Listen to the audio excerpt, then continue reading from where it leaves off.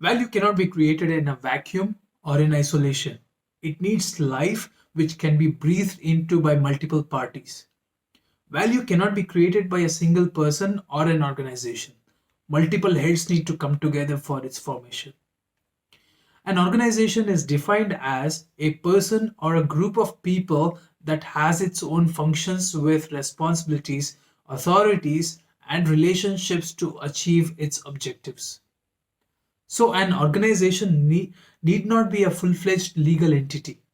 It can be of any size and complexity. As long as they serve a function in the making of a service, in the creation of value, they can be termed as an organization.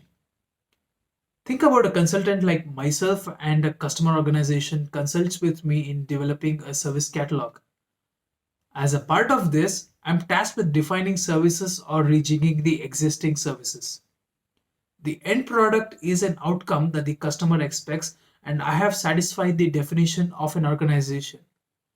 Although I'm a single person without a legal entity to back me up. Let's understand how things stack up today. No organization can be completely indigenous. They need other companies to supply spare parts and provide services. Even when it comes to IT part of the organization, no single IT organization fulfills all the IT needs. There are a number of organizations that come together to offer services. This is partly because of customers' choice not to create a single point of failure, and also the fact that no single organization will have all the expertise in all areas of IT. From the perspective of IT and ITIL, there are two major types of organizations that we need to understand in depth. Number one, service providers, and number two, service consumers. A service provider is behind offering services to customers. In other words, the organization that is responsible for providing services is a service provider. Your internet service provider provides internet. Netflix is an entertainment service provider. Vodafone is a mobile phone service provider.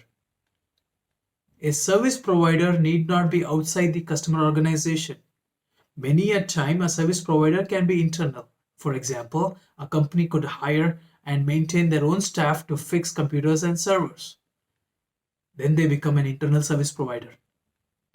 The official definition of a service provider is when provisioning services, an organization takes on the role of the service provider. The provider can be external to the consumer's organization, or they can both be part of the same organization.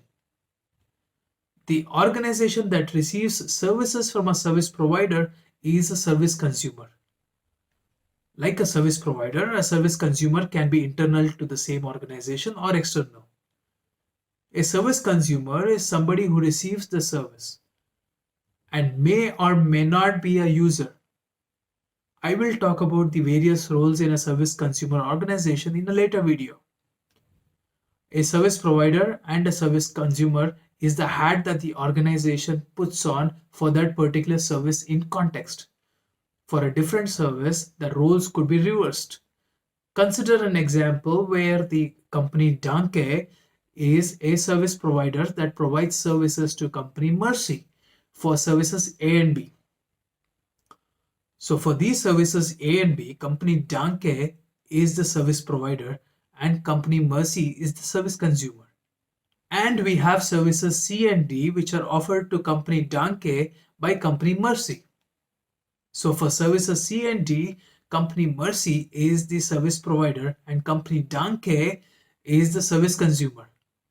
My point being, the role of a service provider and service consumer is not permanent. For particular services, companies play different roles. Another realistic example. Microsoft provides Office 365 service for a telecom company like AT&T and could end up consuming AT&T's fiber connectivity between two Microsoft offices. In this example, Microsoft and AT&T put on different hats for different sets of services.